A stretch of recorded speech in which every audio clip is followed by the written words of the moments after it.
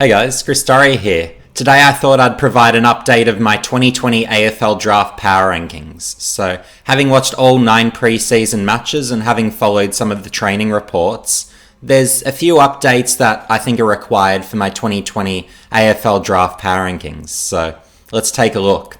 So, this here is my updated 2020 AFL Draft power rankings. So, I've got a new number 1. So, in the lead up to the draft, my view was that there was a clear and distinct 1A and 1B. And now my view is really the 1A and 1B, you can really flip them around. So starting with Logan firstly. So his effort against GWS was really promising. Kicking 1 goal, 2 behinds in a half of footy, really proving that he can be a number 1 option up forward. He was actually taking marks and sort of presenting as a target, so I was really impressed by what he does, and he's someone where his ground level craft is excellent for a tall. He's got the elite endurance base, so he's going to be an absolute monster, and he can be really in that Nick Riewoldt, Jeremy Cameron, somewhere in that sort of territory in terms of quality of career. And everything I've seen to date, tracking his rate of improvement, going from 2019 in the Colts, 2020 at league level, performing on a higher level, I'm seeing a continued improvement and step up this year. So that's why with confidence I can move Logan McDonald up my board. Whereas I'm looking at a Jamara. So he's someone who got stronger last year. His testing was actually quite strong, and really because there were no games, that's all we could really base our evaluations of sort of last year in terms of, I guess, rate of improvement and rate of development. So given he was getting stronger, his testing was really good. I was hoping there was still quite a bit of football improvement happening in the background. But having seen the footage of his practice game in the reserves, well, he was just dropping far too many marks for me and is not as advanced as I was hoping he would be at this stage. My expectation with Jamara was that he would be a round 1 starter for the Dogs, but it's not looking realistic at this stage. So he's someone where it seems like he'll be introduced over the course of the year, and he's not quite ready and probably not quite as advanced as a Josh Bruce. So I do believe he will get chances this year, but it'll be based on, I guess, when he's ready and when he's showing the form in the reserves to really take that opportunity. But yeah, just dropping the marks he did. Look, he was still lively and still had some moments of excitement.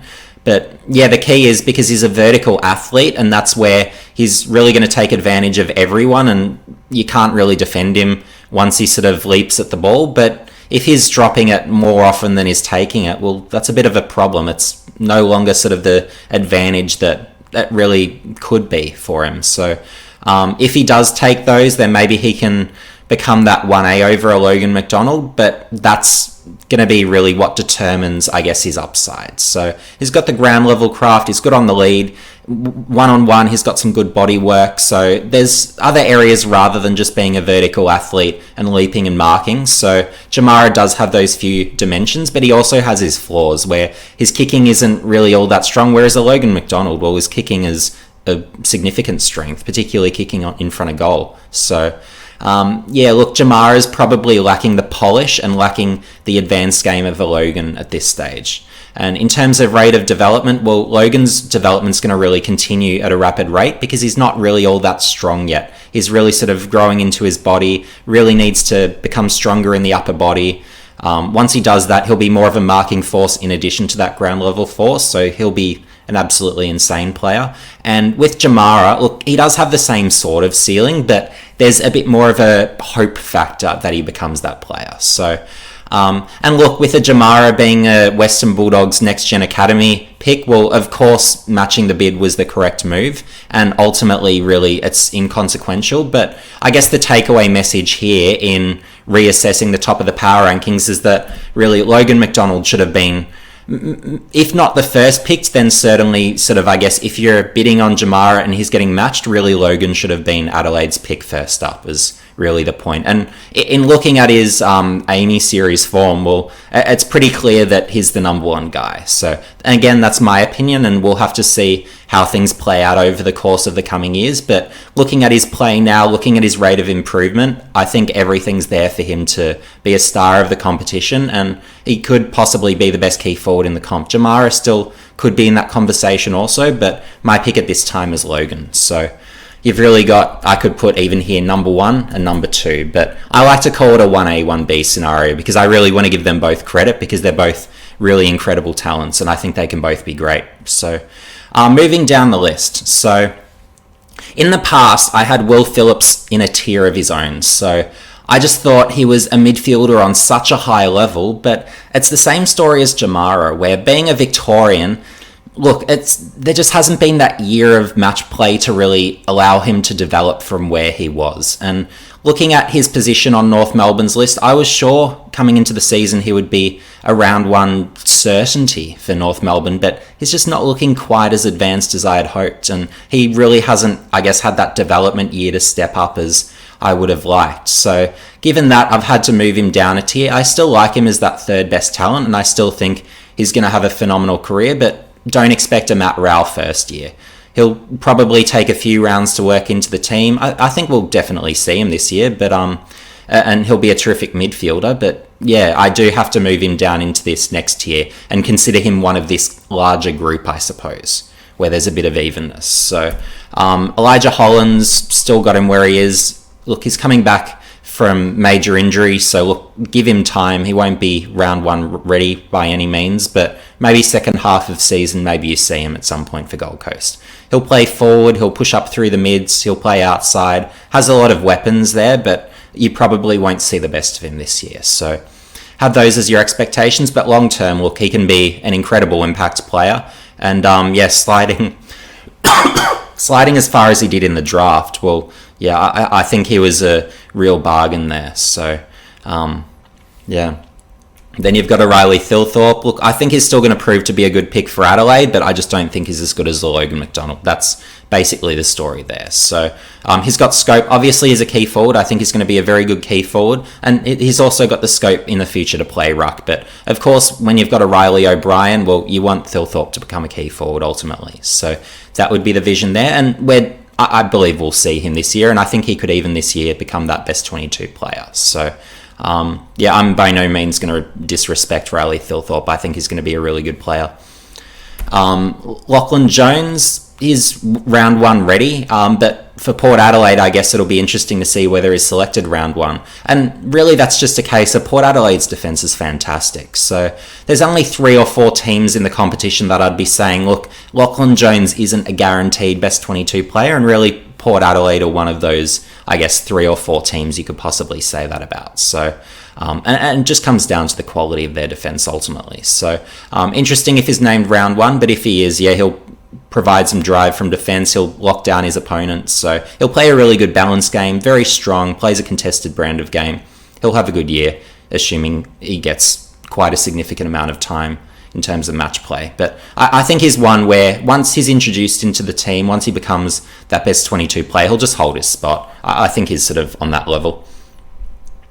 And then you've got a Braden Campbell for Sydney. So I've moved him up very deliberately, and I'm really happy to be able to do this, honestly. So with a Braden Campbell, my view, and you can go back to my previous videos on him, but he's someone where I've been saying all along, if he's in defence, that unlocks his game, where he's got, in my opinion, already a top 3 kick in the competition, and in terms of the run and carry he'll provide from defence, he'll really be a difference maker. So having those capabilities, look, I've had to move him up, and I think he's going to be a round 1 starter, and I think he's going to have an impact this year even. So terrific move by Sydney moving him to defence. Why I had him lower in my power rankings in the lead up to the draft is I was concerned that he would remain as a midfielder and or forward, because ultimately that's where he's played his junior footy. But credit to basically the Swans in deciding, look, we want to put him behind the play because of the way the game is changing and given his attributes. And that's exactly what I was looking at too, where given his attributes, given the impact and drive that he can generate from defence, that unlocks his game and really makes him that top 7 quality player in this draft, maybe contending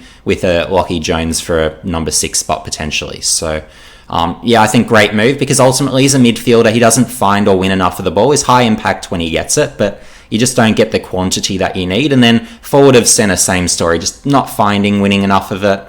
They're not his best positions. He really needs to be across half back, and it looks like that's where he's starting his career, and that's where he's going to stay. So beautiful move, and credit to the Swans for really having that, I guess, vision to make that smart call ultimately, because I think it's going to unlock his game and he's going to have a great year, as I've said.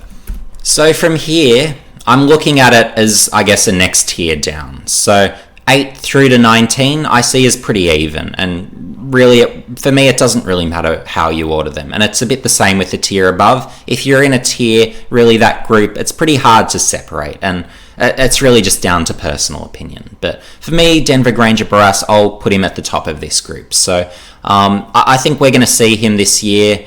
How regularly will be interesting to watch, but he's still sort of a skinny developing tall. So he'll likely over the long term develop into a key position player. But in year one, I'm not necessarily expecting that sort of role for him. I think he'll play more of a third tall type role. He's competitive in the air, so if there's any sort of aerial athletes on another team, I think he'll be sort of there mostly in a stopping role, but he can intercept a little bit as well because he is a ball reader. But don't expect much of an impact this year. I think he's really going to take a few years just to put on that strength to really be, I guess you could say, AFL ready. Moving down, you've got Reef McGuinness, where I don't think we'll see much of him this year, if at all. But he's a developing utility, Victorian. Look, hopefully he develops into a midfielder long term, but being that taller mid, he'll take some time. And the Victorians with no development behind them, look, it's hard to expect much. So I've got pretty sort of, I guess, tempered expectations with Reef, but I think, give him sort of 3 or 4 years and I think he's going to be a really good player. So, watch this space.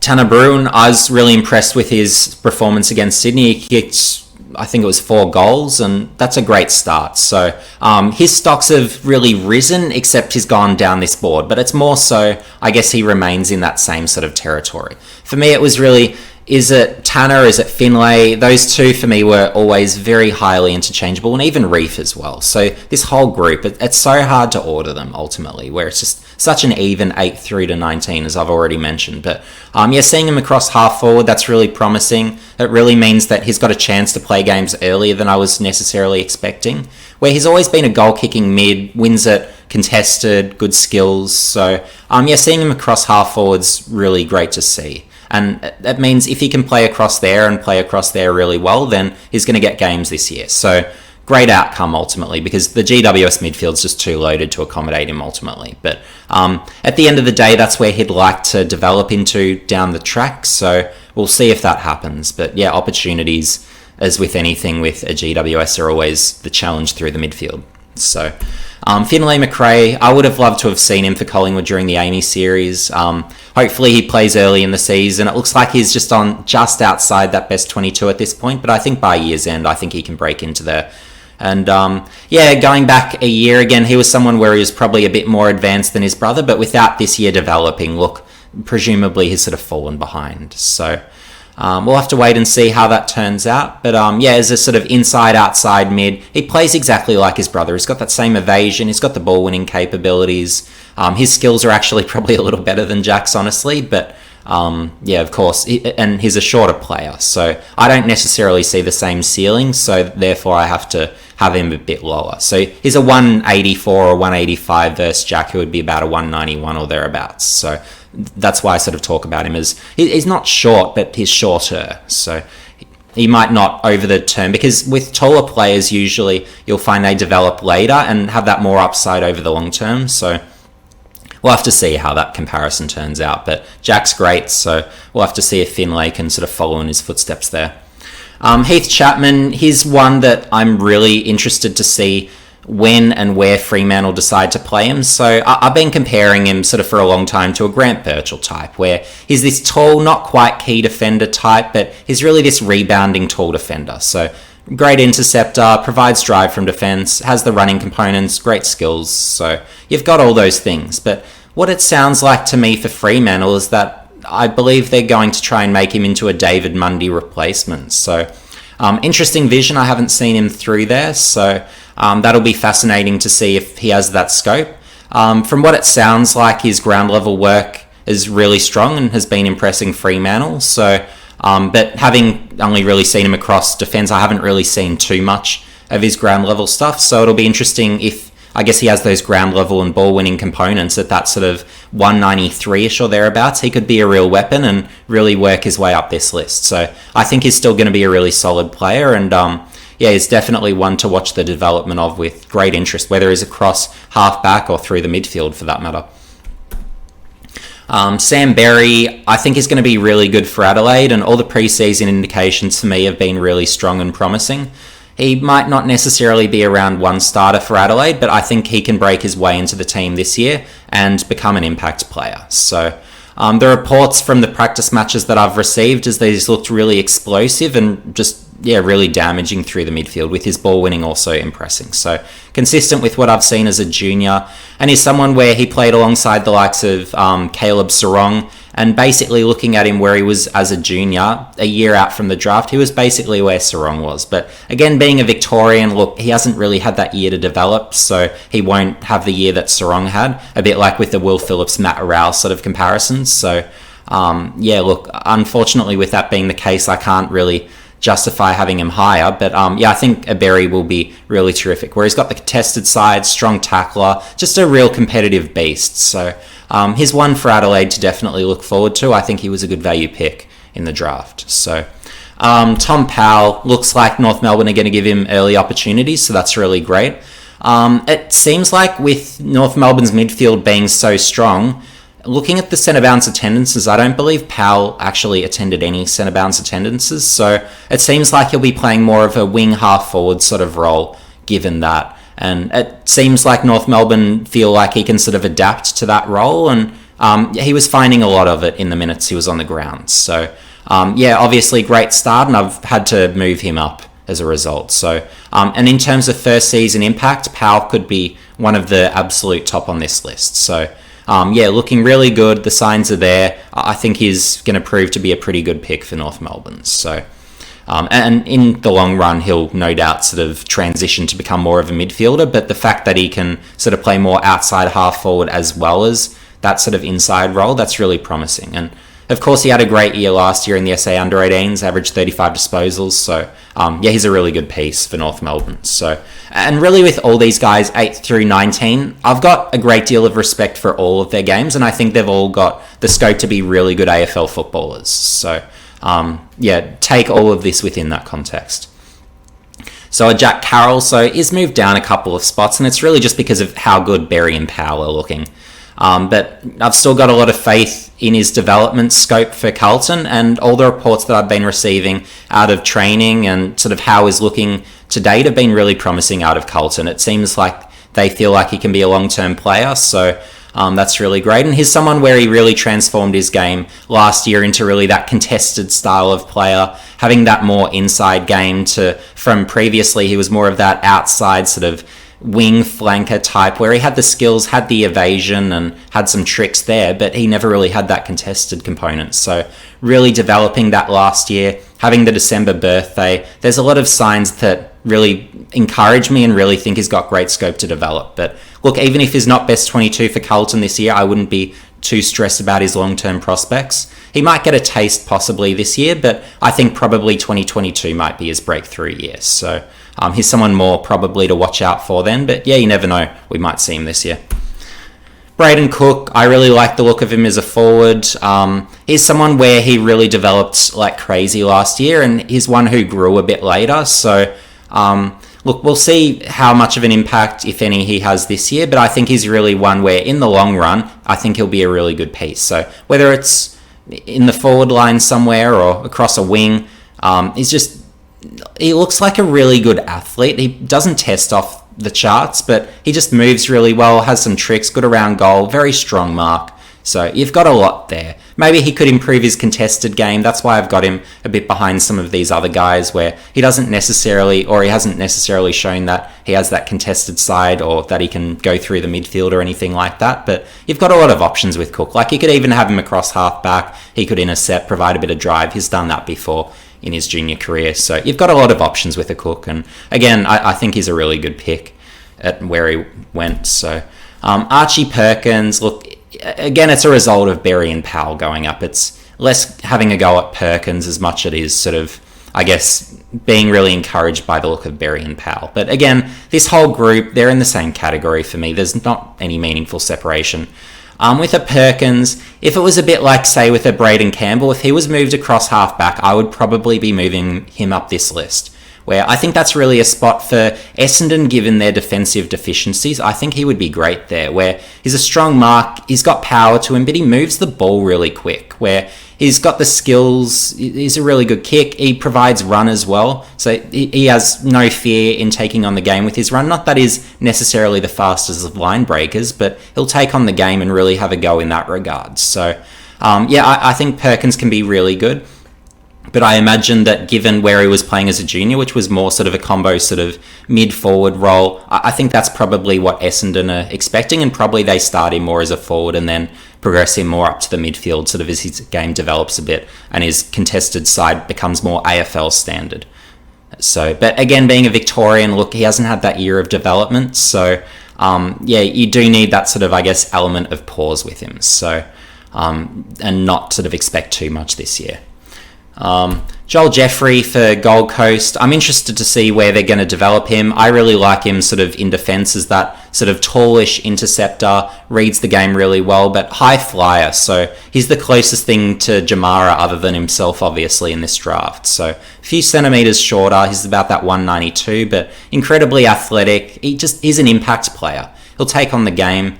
But look, if you play him in the front half as well, he's a genuine target. So whether he's leaping for the ball on the lead, he just does a lot of damage. Skills pretty good. So he's got a lot of game. Has the evasion. So he's really impressive. But it'll be interesting to see if or when we see him, if it's this year. So, but in the long run, I think he can, assuming good development, I think he can be a really high impact player and a really good piece for the long run. And one I've moved up, so Luke Pedlar. So he's someone where he'd only played, I think it was 4 SA under-18 games last year. And look, the sample size was a bit small. So looking at how he was playing, I loved the way he was playing. But it was just the sample size was a bit small. He had his injuries. So I would have liked to have had him higher. An interesting get sort of by Adelaide as early as they took him, but not necessarily a bad choice either. So... because he does belong with this group, I feel pretty strongly. So I'm moving him up, just hearing some strong reports out of training, hearing sort of how he was going in internal sort of practices as well. A bit like with a Berry, it sounds like he'll go really well. And he's someone where he's an impact player, whether he's midfield or forward. So he's got that, he's about as aggressive as anyone in this draft, I think it would be fair to say, in his approach. We're just going at the contested ball, tackling. He's got that, but then he's still got the burst of speed. He can do damage by foot as well. So he's got some really developable attributes there. And he's someone where, as with a Berry, I think Adelaide will be pretty keen to introduce him to their, I guess, senior team. One player that has moved down, and he's the last player that I would consider as part of my top 20, but I have had to move him down a tier, is Jackson Hately. So with a Hately, I went into the season with really high hopes. I was thinking, he's a decisive best 22 player for Adelaide. He's a shoe-in for midfield minutes and a prominent midfield role at that. Being that tall midfielder, he's proven himself. He's actually looked good for GWS, and at a reserves level, he's absolutely dominated. So all the signs were there to suggest that he'll be a clear best 22 player. He'll really be an upgrade for Adelaide through the midfield. But the signs of development, it doesn't sound like he's really developed his game, and it's sort of been pretty disappointing, everything I've been hearing to date. So it sounds like he's pretty clearly outside Adelaide's best 22, and the reports that I've been getting sort of have been almost that a Berry and a Pedlar would be almost better choices at the selection table, just having a few more tricks. So look, Hately's going to have to step up, but he's still someone where, having seen enough of him over the last few years, seeing his junior career, I've still got a lot of confidence he develops, but nonetheless I have had to move him both down a tier, but a number of positions as well. But I'll still give him the acknowledgement of being at this point until someone passes him by as part of my top 20. So Thanks guys for watching, and in the description below I'll leave a link to my top 75 power rankings from last year's draft. So I did this before last year's draft, so that might make for interesting watching if you want some more information on those drafted last year.